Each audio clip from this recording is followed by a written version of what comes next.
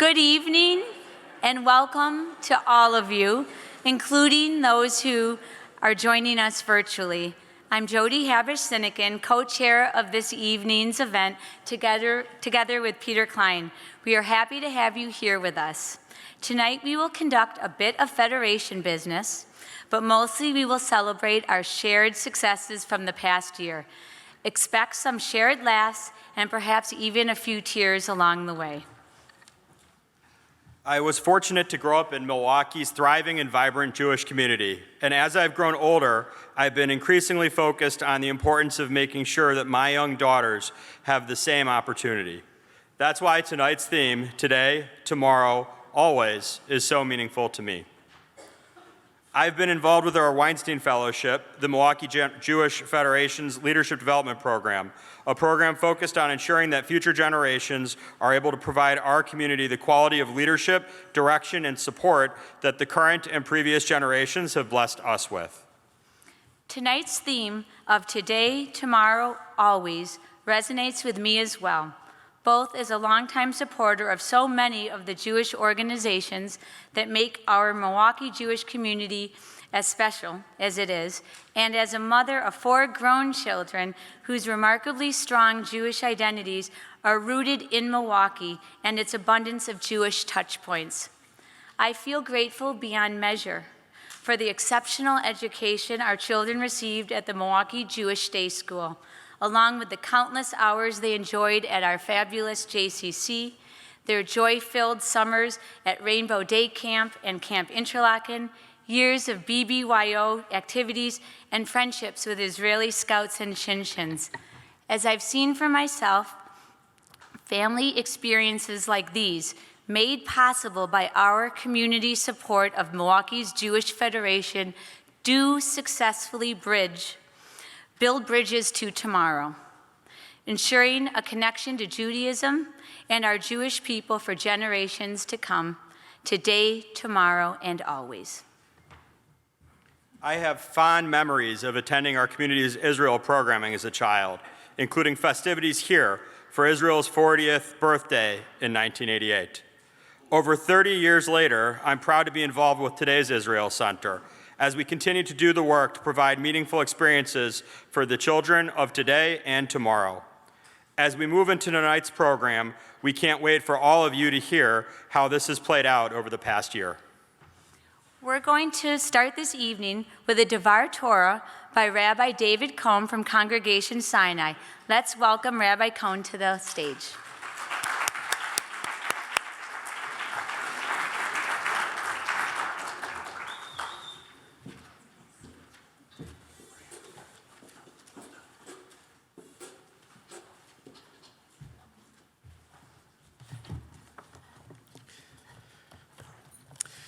You know, you'd think after the past 2.5 years, we would know better.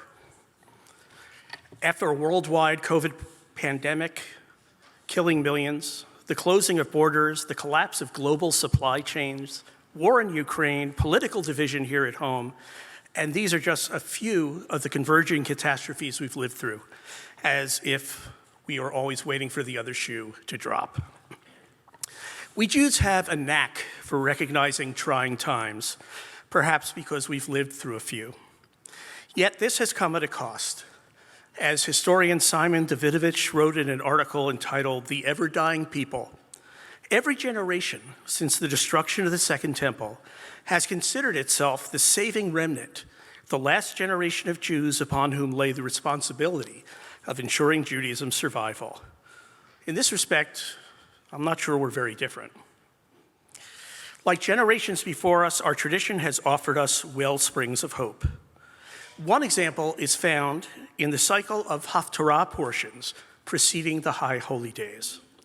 Usually the passages from the prophets are tied thematically to the Torah portion of the week, but during the 10 weeks prior to the High Holy Days, they take on a different purpose. The first 3 weeks are filled with angry prophetic words of reproof, as the prophets offer scathing critiques of the Israelites' behavior. They predict that if the Israelites don't clean up their acts, God will permit them to be overrun by their enemies. After 3 weeks, we arrived to Tisha B'Av, the 9th day of the month of Av, which we observed this past Sunday. It is a day of mourning on which we commemorate the destruction of Jerusalem's first and second temples, along with a host of other assorted historical calamities. Nothing too hopeful there. Yet, after Tisha B'Av, the next 7 weeks strike a very different tone. The former warnings of tochacha, of critique, now give way to soothing phrases of nechemta, of consolation and comfort. This coming Shabbat is the first of 7 haftarot of consolation, which begins with the famous words, Nachamu, Nachamu, Ami. Be comforted, my people. The next 7 weeks drive home that message, that despite the Israelites' previous moral backsliding and ensuing divine punishment, their relationship with God will endure. The Brit, the covenant between God and the Israelites, is unbreakable and eternal. And history seems to follow. As the Haggadah says, in every generation there are those who rise up to extinguish our people. And yet, here we are. That message of hope for the future takes human form this evening in 2 extraordinary leaders. First is Joan Lubar, the president of the Milwaukee Jewish Federation's board. Joan is, as her family, synonymous with menschlichkeit and exceptional acts of philanthropy. How fortunate we are to have her energy and common sense guiding us in these challenging times. The second on my list of menschlichkeit is tonight's honoree, Mark Brickman, about whom I am sure you will be hearing a bit more this evening. But permit me one observation. Mark and I have never been part of the same synagogue community or served on the same committees for the Federation. Yet Mark stands out for me for the innumerable occasions he went out of his way to make me feel welcome in Jewish Milwaukee. Mark and Joan join a long line of leaders of our community, even as the next generation takes form in the Federation's Board of Youth Philanthropy. Even in these dim days, the hope of such leaders conveys the verses from our tradition. Ashrenu matov chelkenu uma na'im goralenu uma yafa yerushatenu. How happy are we, how good is our lot, how pleasant our fate, and how glorious our heritage. And together we can say, Amen.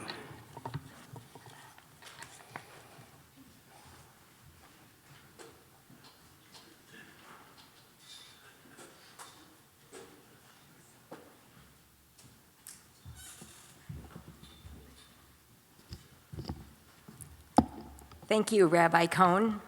Welcome, everyone. I'm Joan Lubar, board chair of the Milwaukee Jewish Federation. I'm so happy to see you all here this evening.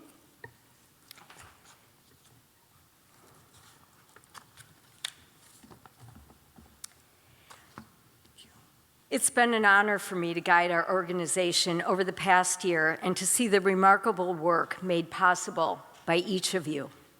I'd like to introduce 2 women who are going to help me tell the story of what we have accomplished together in this past year. I'm joined here by Tanya Arbit, our incoming chair of Women's Philanthropy. Tanya has been intimately involved in our response to the crisis in Ukraine. And Cheryl Moser, who just completed 1 year as president of Women's Philanthropy, following 3 years as chair of the Women's Campaign. She's been a constant in women's philanthropy during the pandemic and has been instrumental in many of our recent successes. Thank you, Joan. The Jewish people are people of hope and courage, with a belief in each other and our shared ability to change the world. I'm going to start by talking about our work in caring for the needs of our people today. Earlier this year, I traveled to the Polish border with Ukraine, where I witnessed firsthand the humanitarian crisis caused by the war with Russia. We have helped evacuate 35,483 Jews from Ukraine, including this woman who came from my hometown of Kyiv. We have also aided 274 refugees in making Aliyah to Israel. Because of our annual campaign, Federation has been in this region for decades, so we were prepared to respond before the war ever began. We placed cell phones into the hands of those in danger and set up call centers in Israel, populated with volunteers who speak Slavic languages. These call centers were open 24/7 when the crisis began, allowing our partners to direct assistance to the individual most in need. So far, these call centers have fielded 2,700, and I'm repeating, 2,700 phone calls. This was paid by the additional hundreds of thousands of dollars that you contributed to the Ukraine Emergency Fund. Anti-Semitism continues to spread by double digits year after year across the state. This year, we responded to 95 verified anti-Semitic incidents in Wisconsin. In this picture, you see a baggie with a flyer that says, "Every aspect of media is Jewish." These baggies have been left on driveways in Kenosha County multiple times over the last year. They are weighted with pebbles to keep them from blowing away. We're building relationships across lines of difference to fight anti-Semitism and all forms of hate. 7,484 children and adults learned to apply lessons from the Holocaust through the Nathan and Esther Peltz Holocaust Education Resource Center. And 3,000 students, most of whom were not Jewish, learned about our people's experience at Jewish Museum Milwaukee. We also help send Jewish and non-Jewish college students to Israel to learn about the complexities of the conflicts in the region. Nathan, on the far right, is a non-Jewish student at Marquette. He said this trip taught him to see the humanity of both Palestinians in Ramallah and Jews in Tel Aviv. Another area of need where your dollars are hard at work is security. This year, we achieved a major milestone. We expanded our security program across the entire state, including Temple Shalom in Eau Claire. The hostage taking at the synagogue in Colleyville, Texas, was a stark reminder of how training can literally be the difference between life and death. We trained over 1,000 individuals at 19 Jewish organizations in Wisconsin. We distributed security grants to every Wisconsin synagogue. Federation leaves no one behind, including small synagogues that could not afford security on their own. We are also pursuing federal funding, $3.2 million, in security grants on behalf of 30 Jewish organizations. This will allow us to preserve our philanthropic dollars for other security needs. This would allow us to preserve our philanthropic donors for other security needs. At the same time, as we were meeting the needs of today, we look toward tomorrow. Together, we help fill day school classrooms with 538 students learning our history and our values. We engage 400 families in Jewish life through preschools, with the knowledge that Jewish life germinates at home for most young families. We train 73 Jewish educators to help our young people learn both writing and Rambam. We also train young people to make Jewish education accessible to all our children. These teens are trained to teach Jewish studies to children with disabilities. We also help send 78 children and teens to summer camp with scholarships, so they could bond with each other and our history while welcoming Shabbat lakeside. We know that a vibrant Jewish community requires young people with the passion, skills, and generosity to lead us into the future. With your support, we helped fill buses with college students visiting Israel for the first time, and together we attracted college students who care about Jewish life at Hillel in Milwaukee and Madison. We hosted events like the one in Jones' backyard that attract young adults who are invested in our tomorrow. One of the ways we know this is working is making a difference because giving by young professionals increased by 21% last year. While we're working hard to address today's needs and prepare for tomorrow, we never lose sight of the commitments that we've always held close and always will, like our unwavering commitment to the people of our Jewish homeland. We are always prepared so we can immediately help victims of terror. Last year, our partners granted $980,000 to 603 recipients, each within 24 hours of an attack, so they need not wait to begin rebuilding their lives. Here, you can see the aftermath of a terror attack in Elad in May, which resulted in the murder of the 3 men pictured here. We are also supporting religious pluralism in Israel, so our entire global family feels at home in our homeland. Last year, 500,000 Israelis benefited from these programs. Thanks to you, we continue to care for Israelis who are at risk.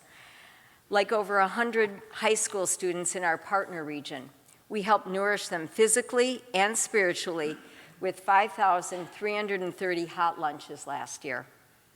We will always care for our global family everywhere. By combining your contributions with the gifts from thousands of others, you have the kind of impact on Jewish life that few of us can have on our own. Together, we provided over 22 million hours of home health care to at-risk Jews living in a former Soviet Union. Over 80,000 of them received food, medicine, and home care like this family here.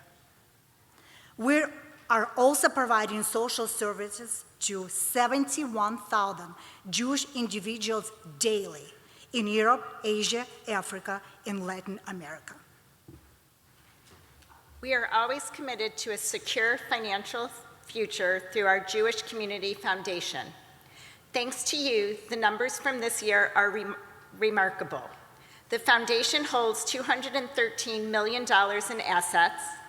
We raised almost $13 million in new contributions this year. An incredible $10 million in grants were distributed to over 1,000 charities. This is a 15% increase over last year. And 4,142 grants were distributed through the foundation, which is a 17% increase. I know these are a lot of numbers. I just want you to see the magnitude of your generosity. As a very long-time volunteer in the fundraising area, I couldn't be more grateful. And to make sure we always have informed and committed philanthropists to support our community's needs, we have trained 35 teens to become philanthropists through our Teen Philanthropy Board. Thank you, Tanya and Cheryl, for helping tell this wonderful story. Cheryl, I want to give a special thanks to you as outgoing Women's Philanthropy President. Thank you to all you have done to empower our women philanthropists who continue to be shining stars in our organization.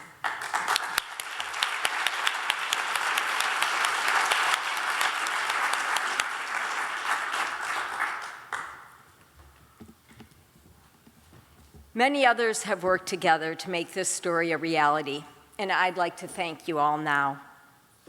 To Judy Corin, thank you for putting your heart and soul into serving as annual campaign chair. Seeing you on Zoom meetings wearing scrubs between appointments with patients shows just how committed you have been to this role and are now staying on to serve a 3rd year with your new co-chair, Max Rosansky.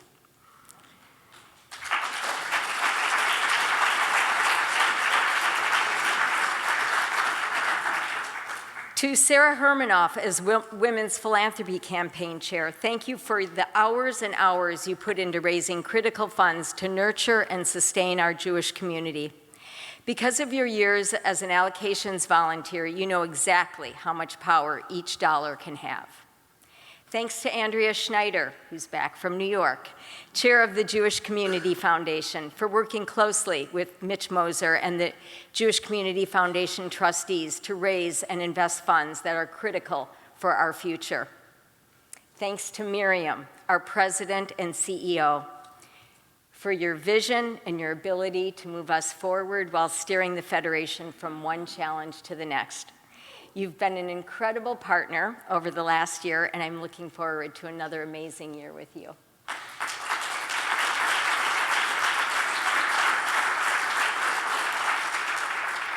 To our partner agencies, I thank you for the impact you made over the past year and your contributions to the success of our annual campaign. A special shout out to Jewish Beginnings, the Milwaukee Jewish Day School, and Yeshiva Elementary School. 100% of your board members made a gift this year.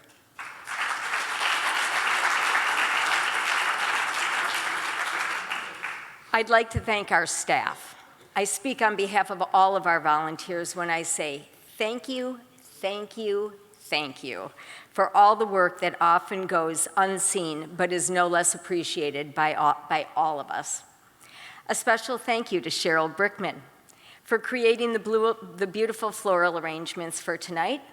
The flowers came mostly from her own garden and they look spectacular. Thank you to our volunteers who together have contributed many hundreds of hours to our work. Your passion and wisdom are priceless.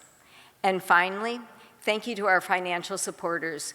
You are part of the unbroken chain of our ancestors in collectively caring for the needs of the Jewish people and building a vibrant Jewish future in Milwaukee, in Israel, and around the world. We stand here side by side with you today, tomorrow, always. I'd now like to call up Judy Corrin to give our annual campaign report.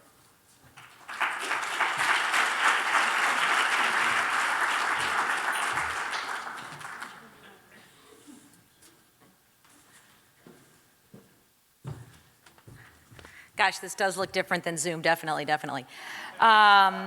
First of all, thank you to these three amazing women. It's so reassuring for our community that it's women like Joan, Cheryl, and Tanya that are working for this community, and it is why we remain so strong and healthy. I'm Judy Corrin, and I am honored to serve as the annual campaign chair. I have the privilege tonight of celebrating your support of the Federation's mission through the annual campaign, the Jewish Community Foundation, and other philanthropic efforts. I think it is so important to reflect on the year behind us as we prepare for the year ahead. Our annual campaign slogan for 2022 was, "See you later, COVID." No. It was actually "Forward Together." After 2 years of the pandemic, we were able to fully focus on caring for our community's other needs and building a vibrant Jewish future. Because of your generosity and that of donors who left legacies to our community, we raised an incredible $7 million for the 2022 annual campaign. And this is simply a wow. Great.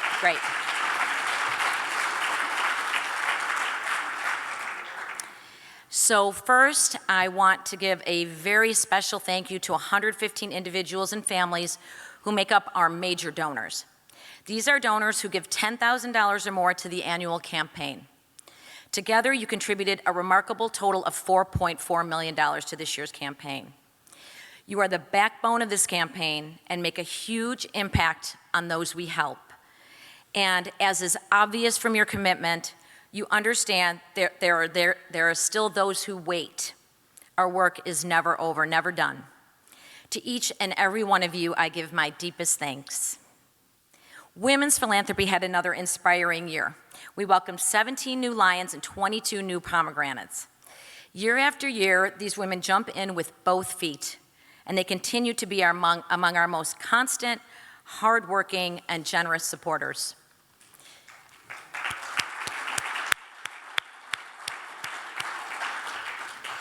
I also want to thank our younger next-gen donors, aged 21 to 45. Boy, that is sounding younger and younger all the time.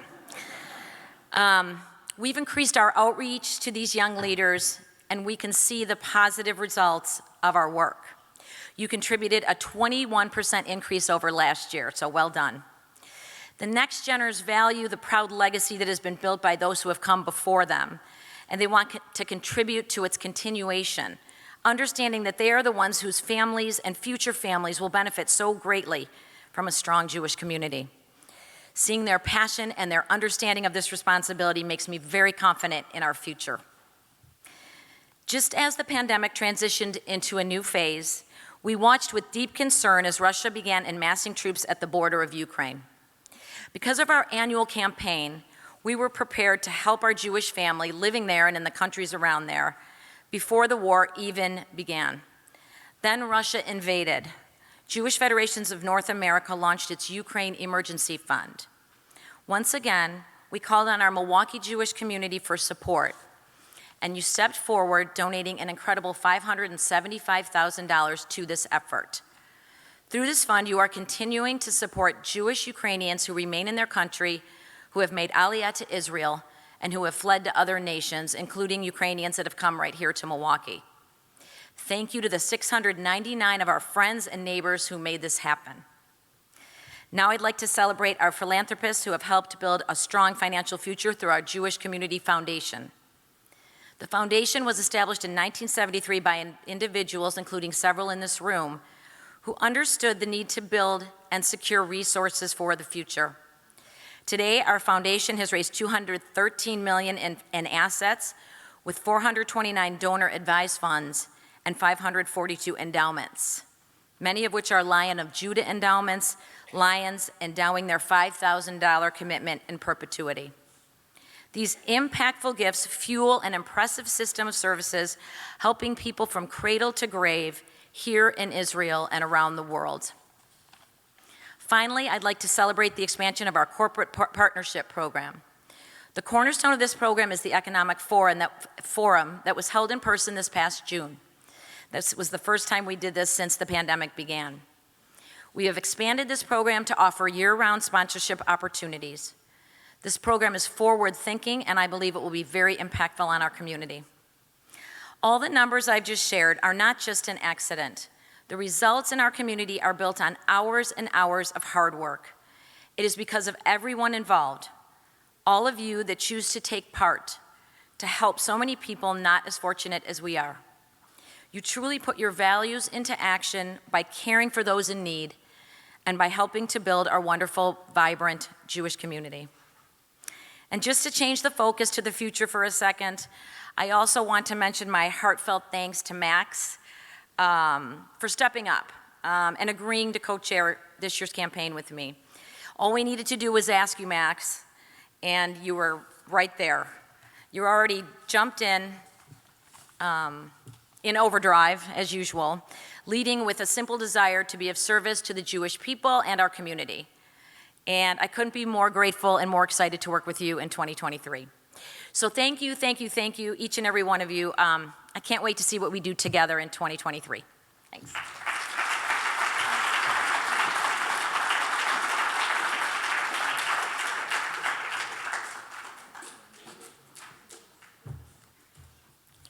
Good evening. I'm Lisa Hiller, Chair of the Governance and Nominating Committee. I'm honored to present the Nominating Committee report for our 2022-2023 Board of Directors. As a member of the board myself, I am well aware of the great privilege and honor, as well as the great responsibility of serving on this particular board. In many ways, it is the pinnacle of volunteer achievement in Milwaukee's Jewish community. As board members, we become part of a decades-long chain of community stewards entrusted with great, critical decisions about how we deliver vital support here in Milwaukee, in Israel, and around the world. And this work has become even more important during these challenging times. With that introduction, just as a reminder, according to our bylaws, all members of our corporation are eligible to vote, and everyone who contributes to our annual campaign is a member of this corporation. Tonight, we have a series of term elections to the board. First, we nominate two individuals for a first two-year term, Mark Goldstein and Mark Miller. I call for a member to make a motion to elect the nominees recommended by the Governance Nominating Committee. Thank you very much, Marlene. Okay, is there a member who will second the motion? Okay, who is that? Okay, thanks. Masked man, who is that masked man? Thank you. Since 100 members represent a quorum for our annual meeting, we can actually vote in person. We don't have to vote virtually. So I'm going to ask all of those who are in favor of those nominees to raise their hand or say aye. Aye. Great. Is anybody opposing? Anybody abstaining? Great. Thank you. Moving on. Next, we also nominate 12 individuals for a second two-year term.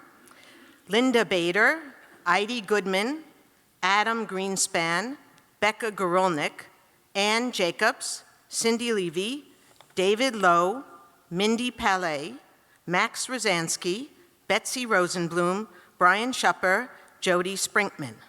And I apologize in advance if I screw up anybody's name. I call for a member to make a motion to select the nominees recommended by the Governance Nominating Committee. Thank you. Ms. Levin. Is there a member who will second that motion? Thank you, motion. Okay. Okay, so all those in favor, please raise your hand or say aye. Aye. Anybody opposed? Anybody abstaining? Great. Finally, we nominate 5 individuals for a third two-year term: Panina Goldfarb, Kurt Janovitz, Cheryl Moser, Fran Richmond, Carrie Steinberger. Again, I call for a member to make a motion to elect the nominees. Thank you. Is there a member who will second that motion? Thank you. A lot of them. Good. All those in favor? Great. Anybody opposed? Anybody abstaining? Great. I'd like to acknowledge others who need not be elected tonight, but who are members of the 2022-2023 board, either because they are continuing their board of director terms or are joining the board or continuing on the board by virtue of their ex officio status as committee chairs. Esther Ansel, Tanya Arbit, Alan Borsick, Sarah Hermanoff, Risa Colton, Susan Lubar, Andrea Schneider, Joan Lubar, Alan Carniel as chair of the Development Committee, Judy Corn as co-chair of the Campaign Committee, myself, Lisa Hiller, as chair of the Governance. And thank you and congratulations to our new and returning board members.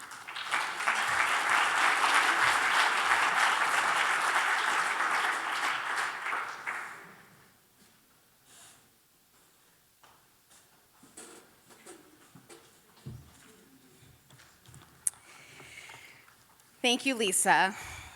As Judy said, many of you I've only seen from here up, so it's nice to see all of you. And congratulations to our board of directors. We're so lucky to have you leading our community at this time. I'm not here to do a year in review, you've heard it. I'm not here to say our mission of taking care of the needs of the Jewish people and building a vibrant Jewish future in Milwaukee, Israel, and around the world. You've heard other people say it. But I do want to focus and tell our story through some of the events that happened this year. And it's fitting that I give this CEO report today on the night that Mark Brickman is receiving this leadership award. Just 3.5 years ago, I had arrived in this community, and one of the first people that I met was the Mark Brickman. Now, I'd heard about Mark Brickman from Bob Aronson in Detroit. I'd heard about Mark Brickman from Alan Gill. And so I meet him, and I was so nervous, and here was this nice man who came up to me, and he said, "You have one job. It's your job to tell us the imperative. Why federation? It's the most important thing that you can do." So about a year later, the coronavirus started. And we all of us in this room, and all who came before us, and all throughout the community, and our agencies, and our donors, and all of our participants came together to take care of our community. It was easy to explain the imperative. A year after that started, a war broke out in Israel. And I was on a mission, a solidarity mission, with Joan Lubar and Moshe Katz and Kurt Janovitz and Risa Colton. And we had spent this time in Israel really seeing the power of being part of a global Jewish community. And the idea of explaining why, the imperative, Mark, I got it. It was easy. And then in January of 2021, that very horrible moment when we heard about the hostage situation in Colleyville, oh wait, I skipped over the Delta variant. That also happened, and we also came back, and we all came together. And then this horrible moment, and it's Colleyville, and we all come together and really think about community-wide security. And we think about how does this affect everyone in our state. And the idea of the imperative of a central address for the Jewish community was there. And then on Thursday, February 24th, Russia invaded Ukraine. And Mark was one of the first people that I called when all of a sudden there was a call for the North American Jewish community to come together. And I called him and I solicited him for the first gift for that campaign. You were the first donor. And then I said, do we have enough imperatives? Are we good? And we laughed and said, that's our job. And we were here before and we will be here after.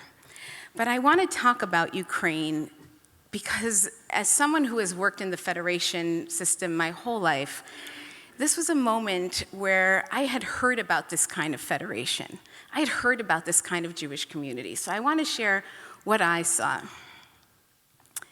2 weeks before the war broke out, our Federation board was briefed by Gideon Hersher, who works for the JDC. JDC is one of our global partners that's like the JFS of the world. And he came to brief us on all the work that they were already doing, because JDC was already in Ukraine. And he told us that since September, as troops were starting to come from the Russian border to Ukraine, that JDC had been preparing. They told us that they had mapped out every single homebound elderly Jewish person, and that they knew that there were 38,000 of them and where they were. They also knew that they could communicate with them because they had given them all cell phones, so that no matter what happens, they were able to talk. They also had stored fuel and food and cash just in case something happened. 2 weeks before the war broke out, Gideon told us that the JDC was working with 3 scenarios. Scenario number 1 was things stay as is, the Russians stay on the border. And he said that already is a $4 million effort. Inflation was high, the impact that was having on individuals, and that's what we were hoping for. Scenario 2 was Russia invades and takes the eastern border. It's going to be a quick operation. It's what we think is most likely, and we think the 4 million is going to be somewhere around 10 to 15, but we'll know more when we know when and we know how much. And the third scenario that they were looking at was a total invasion of Ukraine by Russia, which was very unlikely, but just in case, they had identified shelters in western Ukraine and in the surrounding countries, where, as a Jewish community, we have been supporting people on the Romanian and Slovakian and Hungarian and Polish and Moldovan border. Well, on Thursday, February 24th, not only the JDC, not only the Jewish Agency, not only Hillel International, not only Chabad, each went themselves and helped the communities that they were serving. They came together and told the global Jewish community what they needed. And on Friday, the number was somewhere around 16 million. And the march was, go and get it, we have to help them, we have to get people out now. By Friday, right before Shabbat, the answer was, it's not just the Jewish community, we gotta get anyone that we can out. This is a humanitarian crisis. By Monday, the number was 20 million. And we did amazing things. Do you know that for the first 2 weeks of the war, the Jewish community funded the only humanitarian effort on the Moldovan border? The Jewish community, through United Hatzalah, was the only place, and people came over the Moldovan border to people who were wrapped in an Israeli flag who were there to take care of them. Do you know that within the first month, the federated system, 144 federation, of which Milwaukee is a proud member, raised $60 million? We raised so much money that we stopped raising money until we could reassess the need. Don't worry, I'll be calling you, we reassessed the need. But for a while, we reassessed the need.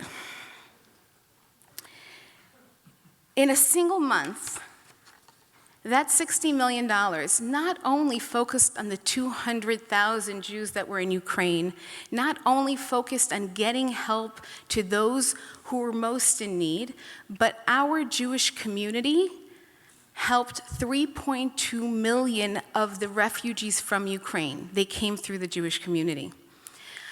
I was about a month into this when we were having a board meeting. No, it was in the evening, so it was a different meeting, and I get a call from United Hatzalah that says, hi, Miriam, I know you know who we are. We need to raise $165,000 tonight.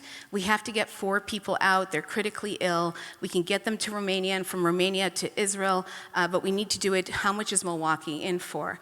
I called some of our donors. We were part of an effort, and by the next morning when I woke up, we had pictures of them arriving in Israel, being brought to the hospital. You did that. Yes, it was a certain philanthropist who came in, but the system was built by you. What's amazing that if we look at the Ukrainian fund and people say, I don't know, people don't know what federation does, and people don't know why federation, and we have to explain the imperative. 50% of the donors in Milwaukee and 50% of the donors to the Federation Ukraine effort across North America don't give to the annual campaign. 50% of the donors, when there was a call to action that there was a humanitarian crisis and the Jewish community needed to respond, and we were able to respond quickly because we were already there. We didn't have to send someone, we were already there. 50% of the people didn't choose the other wonderful humanitarian organizations across the world. They chose the Federation. Now, our work isn't done. I told you I was coming back. Our work isn't done, right? No one imagined this war to last 6 months. We have resettled tens of thousands of refugees, and there are even more waiting at the borders because men can't leave Ukraine yet. And so we are housing them in hotels in Poland and Romania and Slovakia and Hungary, right? And Moldova. We know that they're traumatized and we know that they need help. And we will continue to do that. And in case you're wondering, the new assessment is about $46 million, of which we have $32 million left to raise. And we're going to do it because that's what we do. We leave no one behind. So I have this amazing moment where I've heard about the Jewish community and the Six-Day War coming together, and I've heard about the Jewish community coming together during crisis, and I'm so proud. And a few weeks ago, I go to Israel. It's my first vacation in Israel, and if you know me, I talk to every cab driver. I need to know their story, I want to hear about their kids, I want to know what they think about. We talk politics, and one asked me, what's my job? And I said, I work at a federation. And he said, what's that? Now try explaining in Hebrew what a federation is. So I decided to tell him the story of the Ukraine, of the response to Ukraine. And I said, we're part of a group of the North American Jews who come together and we raise money to take care of the needs of Jewish people, and build a vibrant Jewish future in our communities in Israel and around the world, and we raised $60 million in 1 month. And he goes, so give me an example.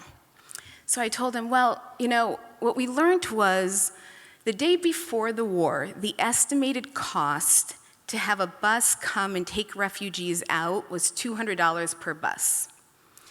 A month in, the cost was $100,000 per bus.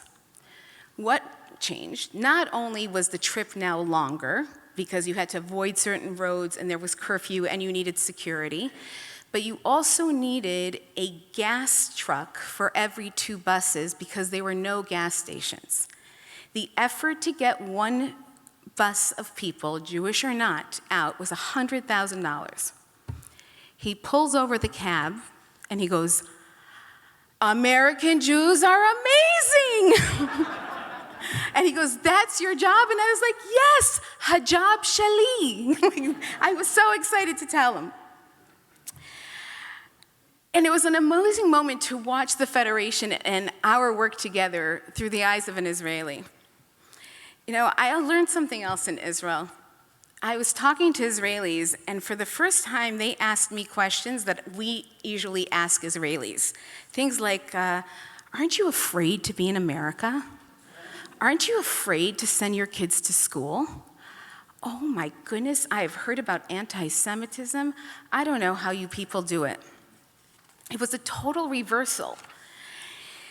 And they asked me how often I encounter anti-Semitism, and asked me, do I carry a gun to go to the store? Besides having to explain that America is as complex as Israel, that we are as polarized politically, that we have strong opinions and we land at different answers and we all think they're existential. I was really proud that when he asked about anti-Semitism, I had an answer. I was able to say that the Jewish community takes responsibility for each other when it comes to the security, when it comes to anti-Semitism.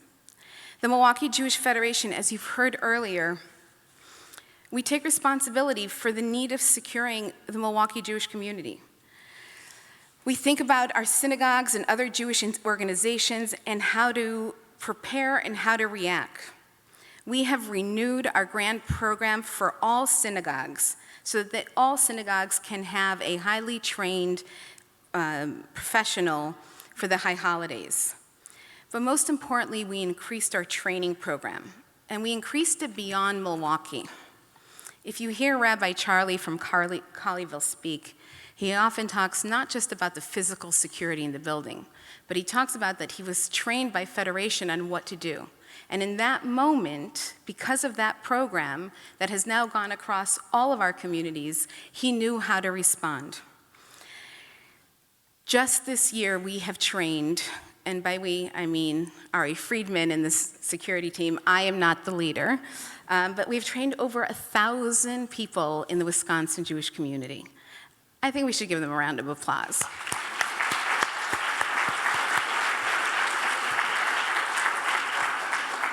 This is how quickly we could respond. Let me take you back. Remember last year, Rosh Hashanah was right after Labor Day? Ring bells, crazy time for Rosh Hashanah. It's Thursday. And Ari and Shimon call me and they say, okay, we have a thing. Okay, what's going on? We have a national program called SCN, the Securities Network. And on the dark web, which most of you have never been on and is a terrible place, we have a program in which they monitor the Jewish community to make sure we've given them the names of all of our institutions, and a ding came up. Someone made a threat. And immediately, our team worked with the local FBI. They assessed the threat. They thought that the threat wasn't very high. They checked the synagogue. We checked the calendar, who has programs. Everything's okay. But the FBI said one thing: this is not a threat. We think it's going to be okay, and we're on top of it. But once it's on the dark web, we're concerned about a copycat. We're concerned that someone's going to be inspired. So immediately, that Thursday, our security contacted every single synagogue in the Wisconsin area and offered them a grant to make sure that every synagogue was protected. And it was at that moment that we realized that we have to take care of the entire state because we're Milwaukee. And we have the resources to do it, we have the knowledge to do it, and we have the ability to do it. So I'm proud to say that moving forward, our security program in training, in grants, and in staffing will be statewide. But we know that that's a lot. And so the second goal of our security program was to find non-philanthropic dollars. And where was the best place to find it? We looked at federal and state funding. The Federation system has been lobbying Congress and the Senate to pass more dollars for security. Just this year, we have applied for more than $3 million worth of security grants. Just over the last 3 years, a total of $6 million has come into this community for security through our tax dollars. So that's a good thing. It's dollars that we can free up to make sure that you, our philanthropists, can invest them in other great programs, and these can be used in order to secure our buildings. But enough about security. It's a downer. And while we said we need to take care of the needs of the Jewish community, the second part of that is ensure a vibrant Jewish future. people say that the next generations are less invested in Jewish life, and I think if you look at our Weinstein program, where the Weinstein graduates came to us and said, no, we're going to revamp the program and tell you how we're going to build leaders, you'll know that investment is something different. But my father used to talk about a pintel yid. I see, I'm getting a smile over there from Rabbi Schmacken and from Lisa Hiller. Pintel yid is like that little spark of Jew that every person has. And my father would say, you don't know what's going to spark the pintel yid. You don't know. We do know one formula. Every single study tells us that the best way to have long-term engagement in Jewish life is summer camp. So I want to end this by telling an amazing summer camp story. You know that we have the best camp on earth, Interlaken, and that over the last 2 years they have jumped through hoops to make sure that the kids in our community can have some respite from the COVID world in order to have their Jewish summer at camp. A few weeks before camp starts, Tony, the camp director, called me and she said, we have the opportunity to send 4 kids from Ukraine to camp. Do you think that the Federation can help supplement it? And I was like, do you think that we could do it? Like, this is the easiest thing and we're gonna find people. And of course, immediately, people wanted to fund it. And we were able to send 4 kids who were here from the Ukraine to our Interlaken to have that experience. Well, then I go to Israel, and I found out that JFNA, the National Federation, is having they were there on a mission. And because I'm a Federation groupie, I was like, oh, can I go? Can I just join for the one day when you're going to the Jewish Agency? And I didn't know what we were going to see. We were going to see a camp that is being run for the kids who made Aliyah, or for the kids who are refugees, to have a week of camp each, to just take a deep breath. For 8 weeks, these kids are going to be able to just not be the children of the parents who are surviving, not have to do it, and have a place to talk to each other.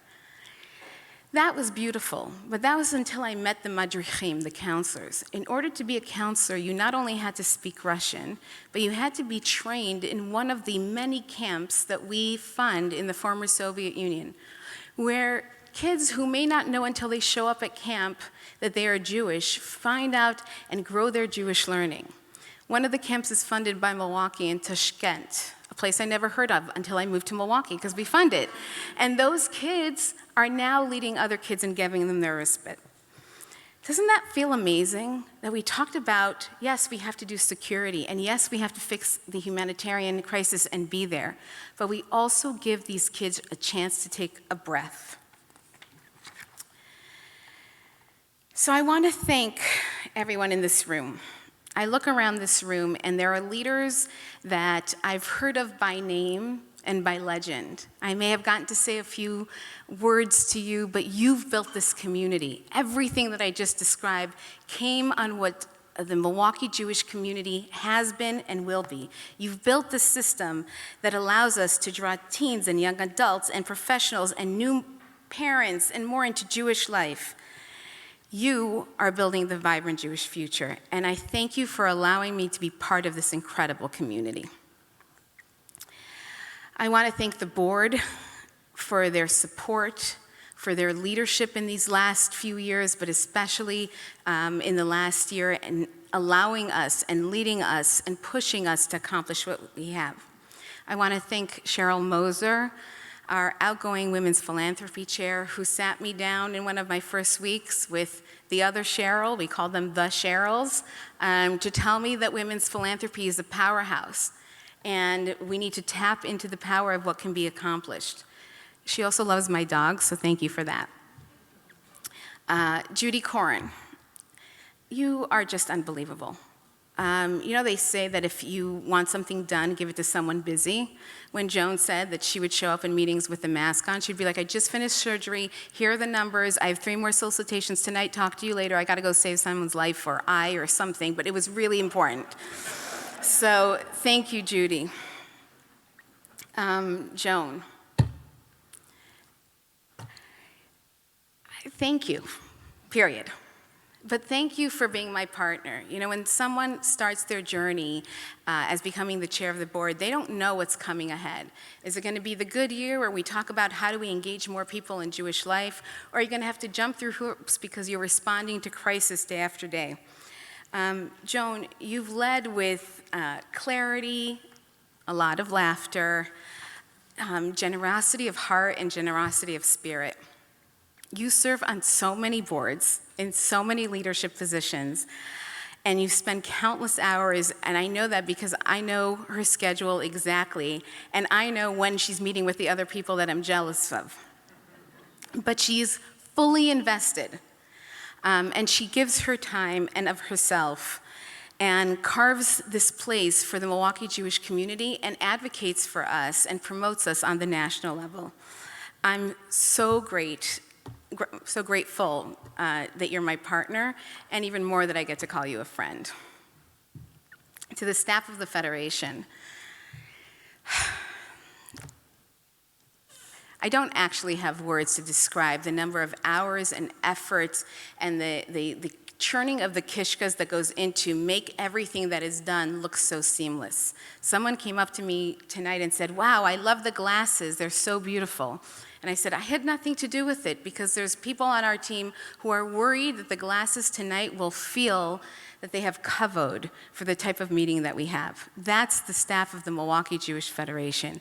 I ask all staff members to stand up so that we can give you a round of applause.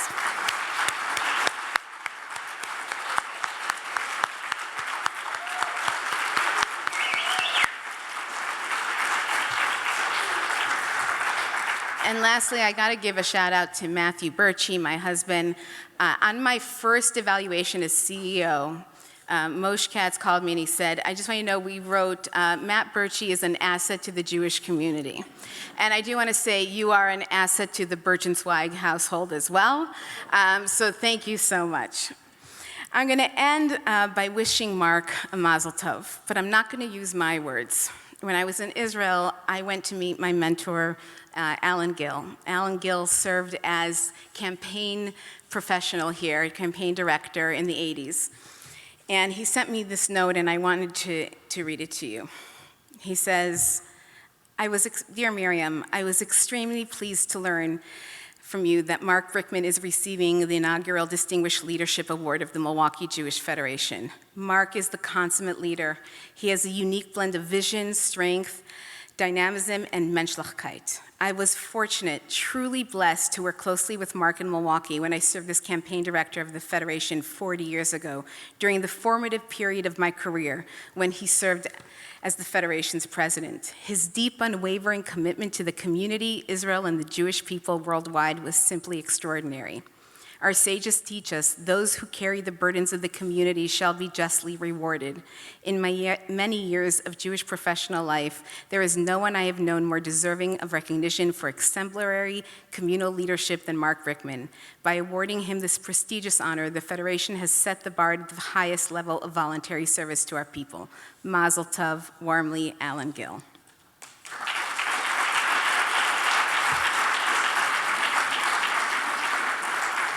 So now I would like to call up Moshe Katz, the outgoing chair of the board, a friend, a family member, to honor another great leader in our community.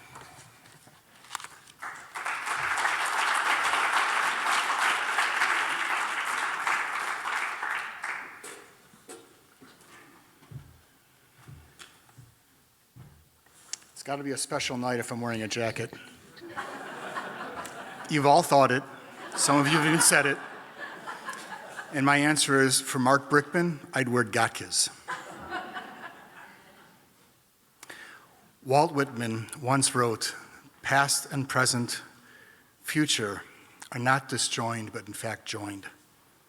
The greatest poet forms a consistence of what is to be from what has been and what is. He drags the dead out of their coffins and stands them again on their feet. He says to the past, "Rise and walk before me, that I may realize you." You, my poet friend, have done this and so much more. You have taken our cherished past and have raised it in front of our eyes, and you ask us frequently, what is the imperative? You have taken us on countless trips to our beloved Israel and shared your passion for a country and her people. You have sat on countless boards in countless meetings, keeping us on target, asking extremely hard questions and making sure we answer them all well. You have solicited literally millions of dollars and shared your personal wealth and your resources. You have worked tirelessly for so many of our organizations, our agencies, our synagogues, our schools, and our institutions. You have been our teacher, you have been our mentor, you have been our leader, you have been the chair of the Milwaukee Jewish Federation Board, you have been campaign chair, you have been Jewish Community Foundation chair, and for me, most importantly, you are a dear friend.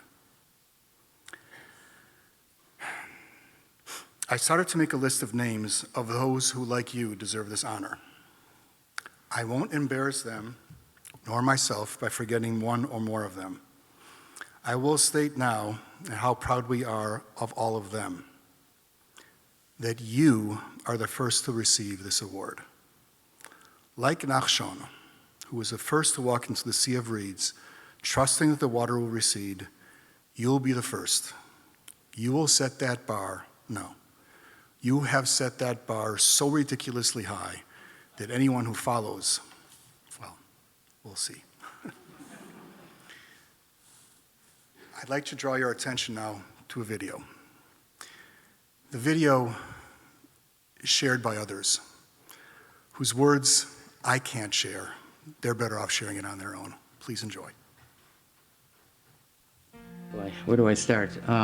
Gentlemen? Integrity. Caring. Conscientious. Dedicated. Reliable. Humble. Inspiring. Committed. Honest. Strong and confident. Mentor. You know, he's a very serious man. Perfectionist. He's been a role model. He's a kind, smart, wonderful person. An inspirational leader who makes our work holy. Is that too many words?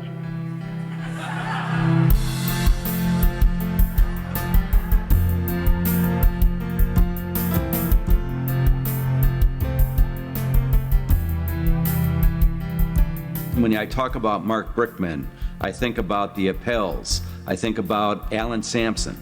I think, of course, Todd Lapp and Marty Stein. Mark was part of a tremendous group. I mean, those were the days. They were the first or the second group of people who could do something about remembrance, could do something about building the state of Israel. It was, they were a good group. They all work together, and working together makes a community. Well, I appreciate that to have a friend who I feel is very special. Ernest Hemingway once wrote, "As you get older, it is harder to have heroes, but it's also more necessary." Mark is one of my heroes. I think he has influenced generations of leadership in the community, and yet he is still there. He still comes to all the board meetings. He still asks the questions. He embodies leadership. He's shared with me that if Jews don't help Jews, no one will. And so we need to be there for each other. And the way to grow that is to do the work yourself, but also inspire others. Like a lot of people, I think when they go to Israel, especially the first time, they come back and it changes them. And for him, it really resonated with him. And I think it changed his life. Once people go to Israel and they really feel the emotions and the connection and the attachment to Israel and to their Judaism, they then feel their commitment when they come back to Milwaukee and to the community here. In a very indirect yet direct way, Mark is responsible for my involvement in the Federation. Without a doubt, Mark Brickman has inspired me to be co-chair of the campaign this year. He never had to raise his voice to make a point. People would lean in to hear what he had to say. I think it's a quiet style where he is incredibly mission-driven and results-driven and has high expectations of others, but expects them to kind of get there on their own. He leads by example. He's never really looked for the spotlight. It's never really been about him. He's not somebody who walks around with a big poster on his chest. He's just a person who just does it. When he speaks, people listen. And what he does, people see. He's also had a big influence on my kids, all 5, and given them a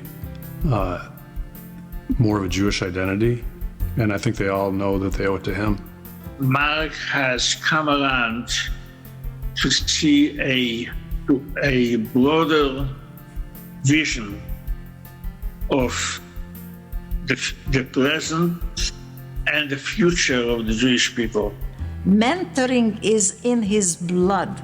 He learned it himself and he wants to give it to others. Personally, Mark was my mentor in business, in many ways, besides my family, my father, my mentor in life. What better mentor to have than Mark Brickman? A leader, a pillar of the community. I believe that he feels that whatever he did, he got back tenfold in meaning for his life. Seeing the work that he's done, it showed me that the work that you do doesn't necessarily need to be limited by the city that you're in, that there's opportunity to get out, to go to other countries to help Jews around the world. The first time I met Mark, he said to me, the most important thing that you can do is convey the imperative, why it is that Federation does what it does. His leadership in Milwaukee, and especially in our Jewish community, is a lifetime of generosity, of time, talent, and treasure. There was no aspect of Federation and of the Jewish community that he didn't want to see prosper and that he wasn't willing to work for and be a part of. Mark inviting my parents to go on this mission to Israel with the Federation. This is what really inspired my parents to become involved in the Milwaukee Jewish Federation and much more involved in the Jewish community here in Milwaukee. It is part of his DNA of being Jewish, and it is expressed in many ways, but primarily in the Federation, because that represents the Jewish community in the biggest way. I think the Federation did become the vehicle for him to do the things that he felt were important.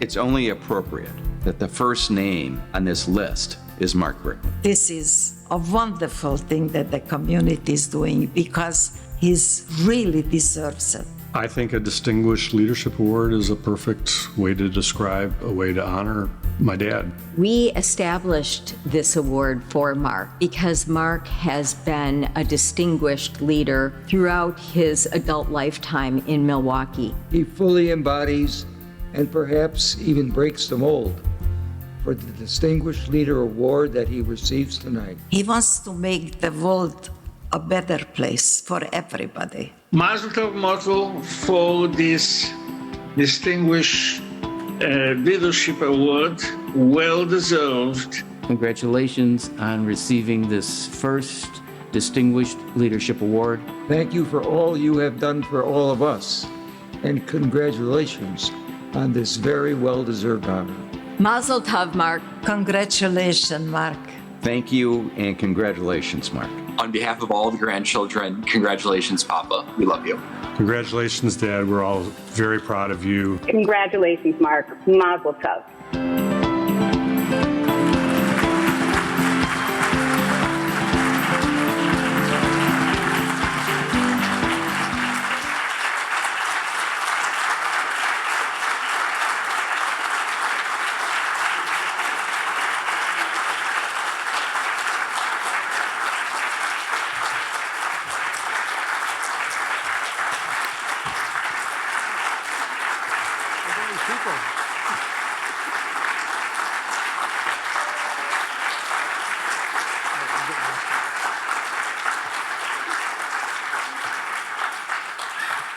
Mark, you are being gifted both a plaque and a unique Israeli-made yad by Israeli artist Sheva Chaya. As you know, a yad is used to point to the words out while we're reading from Torah. You have been our yad in this community forever. You have pointed us in the right direction, kept us on task, and have always been our leader. Mark, you have lived a life of volunteer excellence. We should all emulate you And for that, we stand as we stood and applaud you and laud you for all the work you have done in our Milwaukee Jewish Federation. Thank you. Thank you, Mark, for being you, for sharing you with all of us. You are today, you are tomorrow, and you are always. Thank you, my friend.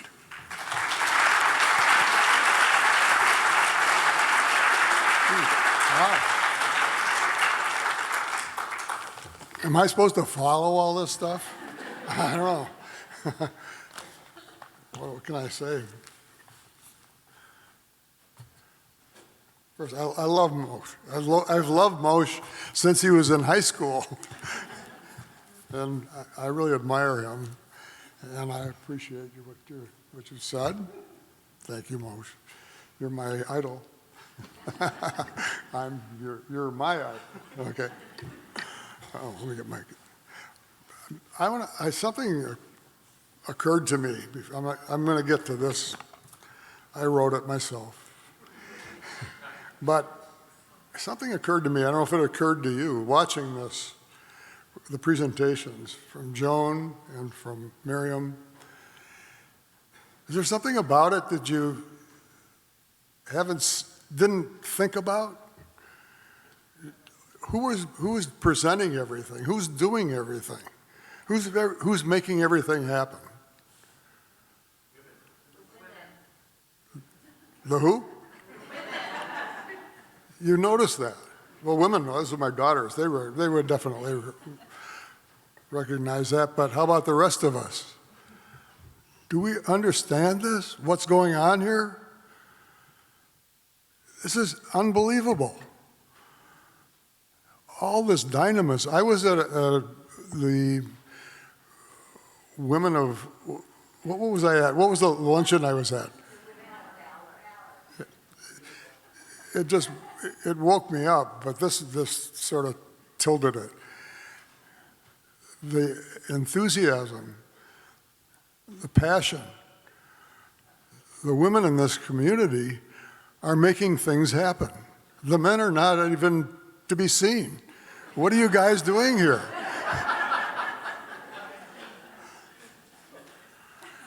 So imagine if everybody pitched in instead of roughly 50% of the people.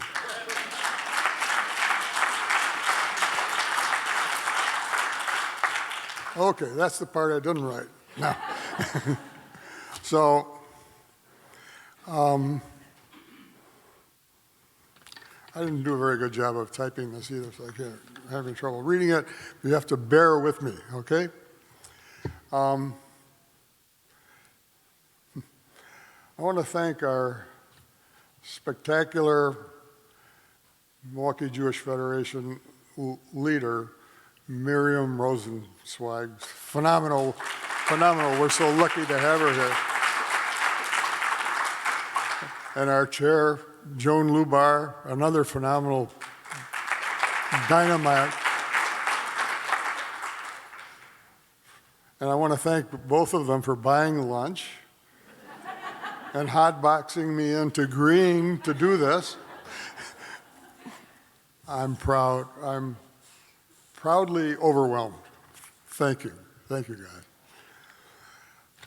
I also want to thank my colleagues and partners at the old Polachek Company, some of whom are here. Well, Max Rosansky. There's Max.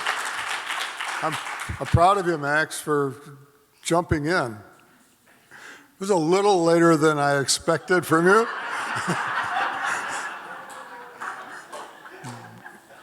But you're going to do a hell of a job, I know that. Who taught you all this stuff? And the Polachek people. Gary Stein, my dear friend, Gary Stein. And Yoni, where's Yoni? Is he here? And Yoni's V. And these are great real estate people. And I love them a lot.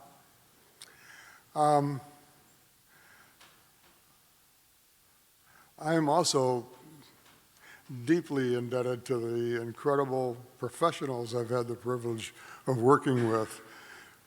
It's almost 50 years, I think, and learning from over the years. Mel Zarrett.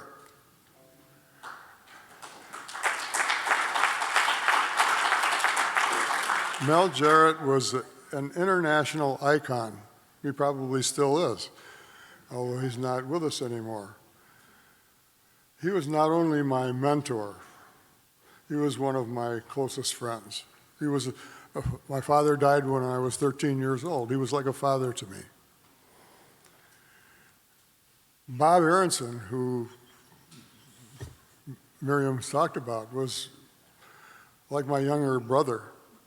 And he went on, along with Alan Gill, who she also mentioned, both went on to be superstars in the Jewish world, in the Jewish activist world.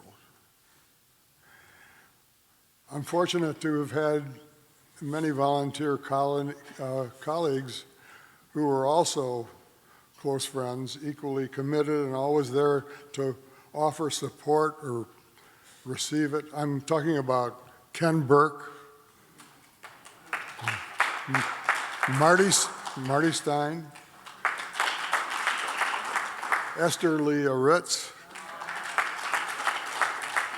She was a woman. I mean, she was tough. She didn't know she was a woman. Todd Lappin. Bill Pell. There's Billy. My dear friend. And Joe Bernstein. Just some of my... These were the people that I worked with in this stuff, and we all believed in what we were doing. I'm also talking about one of my other closest friend, right here, Eva Zarrett.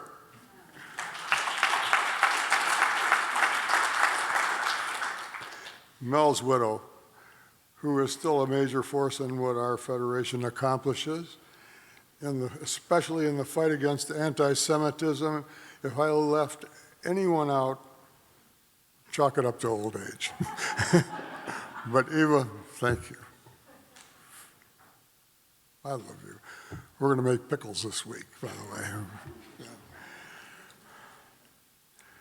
I may have mentioned this before, but this isn't the first time I was asked to be an honoree. Many, many years ago, the local president of a national Jewish organization asked me to have breakfast with him and one of his board members. So we met, and after the coffee and bagels, they got down to business. They wanted me to be their honoree at their annual banquet. This is about 40 years ago. I said no and explained that I just couldn't feel worthy of being an honoree at that point in my life. When you're 88, it's a different story. But I offered to help them find a suitable honoree. How about Marty Stein, I asked. Oh, well, we already asked him. Okay, how about Todd Lappin? We asked him too. Nobody else asked me this time. Okay. My first trip to Israel, a UJA national mission in 1971. It changed my life. Oh, my son Ned said it in the video. I was recruited by Ken Burke and Joe Lurie, golf buddies, who were, well, they were leaders in the Federation. I found myself emotionally affected, overwhelmed by the history of our people. Every place that I walk throughout the country. It was amazing to me. It still is. I was particularly moved by the dedication to the state by everybody I met, especially young people who were personally involved in building and defending Eretz Yisrael. A little different than around here. One visit on that mission had an expressly powerful effect on me and still remains etched in my memory. We were taken to what we would call a home for the aged. In Israel, it's called a malben. It's a home for seniors, handicapped and Holocaust survivors.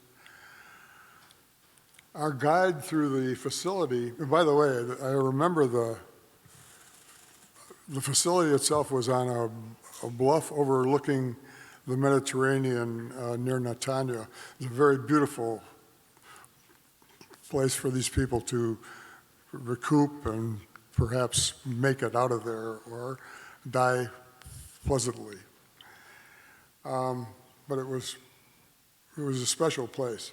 Our guide through the facility was the director, who was a Polish doctor who himself was a survivor. As we walked down a corridor, we came across an elderly woman whose head was nodding and she was drooling a little bit. Our doctor, our Polish doctor, our guide, told us that this woman, who was a survivor, had a problem. Her days and nights were reversed. He asked one of the doctors in our group who we had met, who was a Milwaukee doctor, he said, he asked him, what would you do for this woman? And our guy thought for a few seconds, and he said, well, he'd probably give her phenobarbital. The Polish doc said, well, I thought of that, but she wouldn't be able to enjoy her life. She wouldn't be able to enjoy her life. I've decided to make her the night watchman. That blew me away. It still does. I realized later that his solution to the problem was to adopt the positive. The positive I can do attitude of the country where he lived. And that I should maybe adopt that attitude for myself and try to encourage my family, my friends, and those I care about.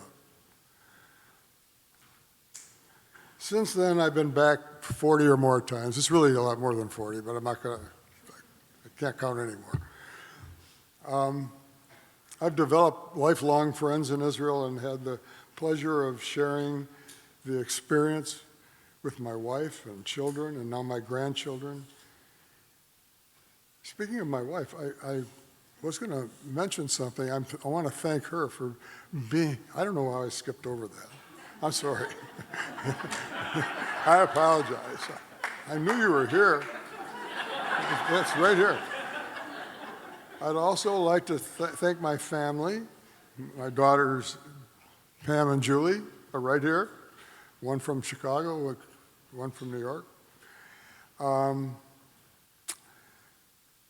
But Cheryl, she's encouraged and supported me all the way for the past 22 years. About 5 years ago, she decided that if you can't beat them, join them, if you got my drift. And now she's a trustee of Congregation Emmanuel. Okay, I got that in. Thank God. What if I hadn't?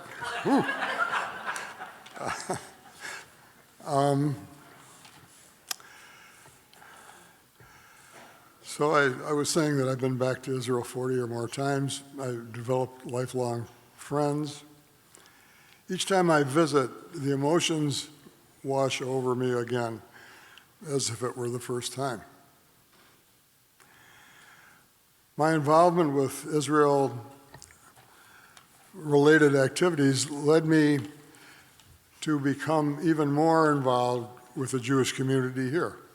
I began to understand that those of us who have in our lifetime seen both the horror of the Holocaust and the rebirth of the State of Israel and have a special obligation to use our unprecedented wealth and power to ensure the State of Israel remains strong and secure, and that our beloved America remains a bastion for those needing hope and security.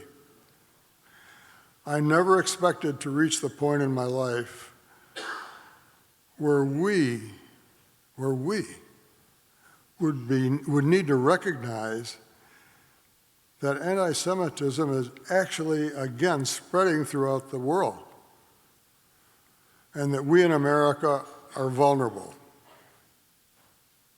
just like our cousins.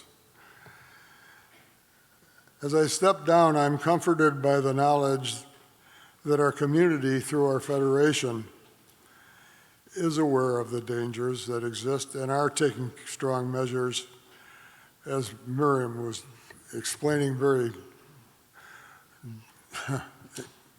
powerfully, taking strong measures to protect the Jewish people of Wisconsin, not just Milwaukee. Did you get that? We're not just dealing with Milwaukee anymore. We in Milwaukee are taking care of the Jewish people and their security throughout the state of Wisconsin. And that, as I understand it, involves about 60 different properties in addition to all the people who use them and occupy them, as far away as Eagle River and places like that, if there are Jews in Eagle River.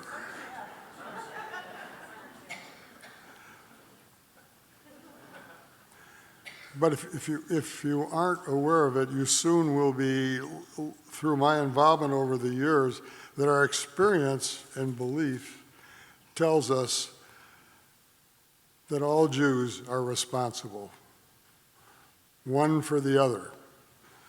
Our community leadership is leading up to that tradition. I'm proud to have been a leader of Milwaukee Jewish Federation. I really am. And I want to say now, again, how grateful I am to be your honoree. Thank you.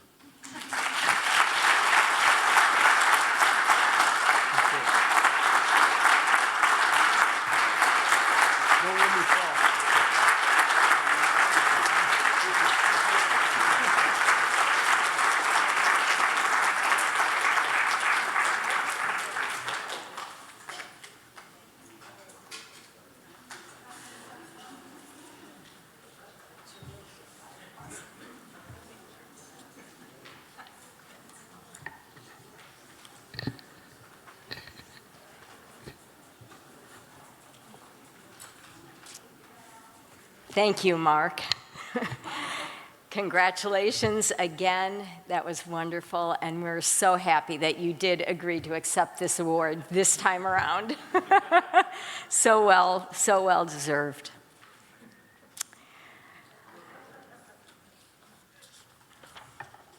Now I have the pleasure of recognizing our entire board of directors for your work this year.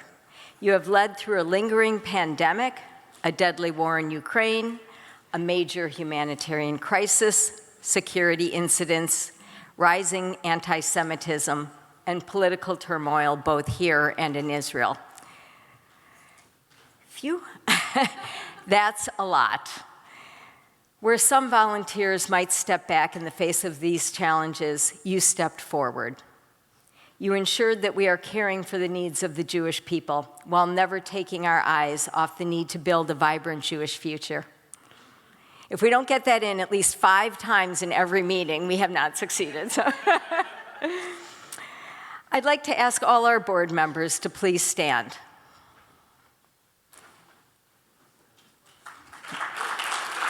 And join me in a round of applause to show our thanks. Thank you all. Thank you all. I would also like to recognize our sole outgoing board member, Yoni Schlusel, after 6 years of service. Unfortunately, Yoni is out of town, but she is joining us virtually from New York. Yoni, you have been a fantastic board member. You see not only what is, but also what could be. You have the wisdom to make change and the incredible energy to keep moving forward. We have a special gift to give you when you're back in town. It's a hamsa that Miriam just picked up while she was in Israel during her trip there. The hamsa is very fitting for you. It's as a sign of protection and a symbol of hope. So thank you, Yoni.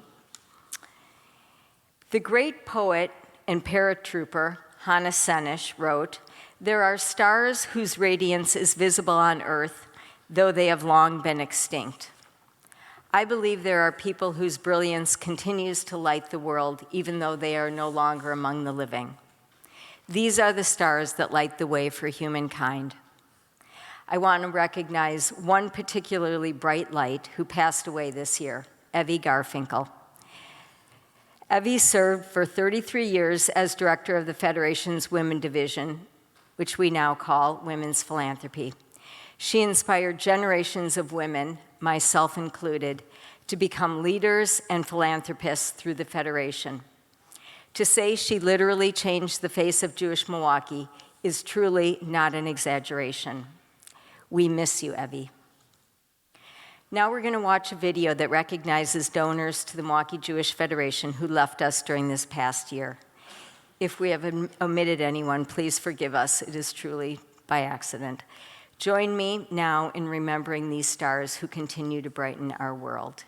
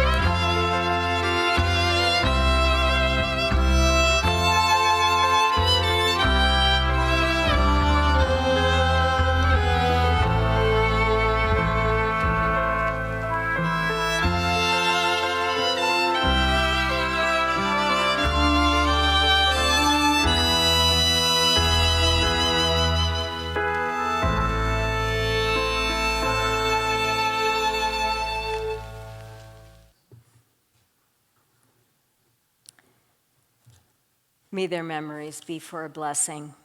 I know everyone in this room and everyone watching us remotely are doing all we can to continue the contributions these individuals made during their lifetimes. As we near the end of our program, I'd like to invite our board of directors, our co-chairs of tonight's meeting, and all our presenters to join us on stage. Please come up as I'm speaking. Cantor David Barash from Congregation Emmanuel B'nai Yeshurun will lead us in singing Shehechianu. This prayer is recited when we experience something new, causing us to pause and be truly mindful of special moments. Tonight is one such special moment as we celebrate our work from the past year and look forward with anticipation to the year ahead. Everyone, please stand up and join us. Cantor Berman.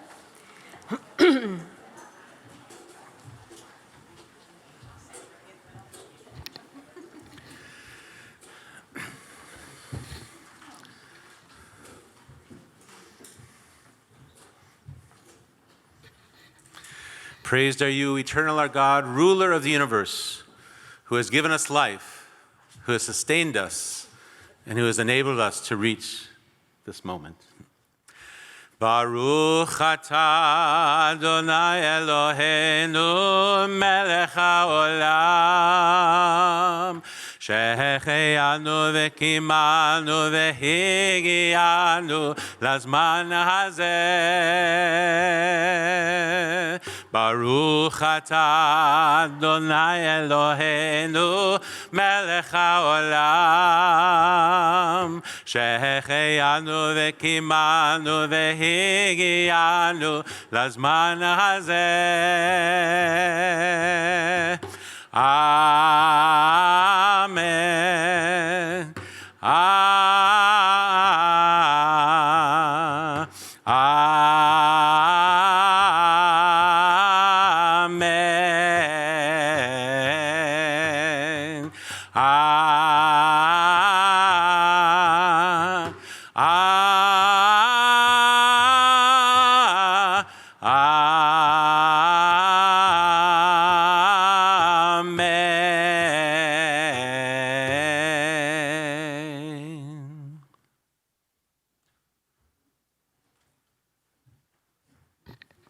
Thank you, Cantor. Thank you, everyone from the board. Thank you all for being here tonight. Please go enjoy dessert and drinks, and Mazel Tov again, Mark. Thank you. Enjoy your evening. After you.